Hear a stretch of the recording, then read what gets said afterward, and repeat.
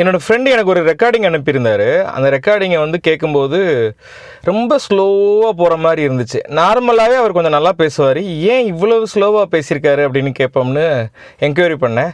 அப்போ அவர் என்ன சொன்னார், என்னோடய ஒய்ஃப் சஜஸ்ட் பண்ணாங்க, நீங்கள் கொஞ்சம் தென்கட்சி கோ சுவாமிநாதன் ஸ்டைலில், ஆக்சுவலி அது வந்து ஒரு ஸ்டோரி டெல்லிங் ஸ்டைலில் பேச ட்ரை பண்ணியிருந்த ஒரு ஸ்பீச் அது.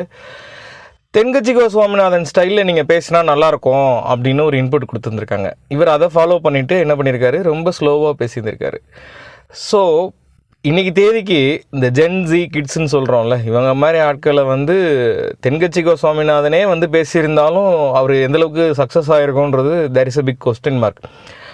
இது ஒரு பக்கம் இருக்க, நம்ம நேச்சுரலாக நம்ம மாதிரி பேசாமல் இன்னொருத்தவங்க மாதிரி நம்ம பேச ட்ரை பண்ணும்போது ஆட்டோமேட்டிக்காக நம்மளோட ஃப்ளோ அண்ட் எனர்ஜி வந்து குறைஞ்சி போயிடும்.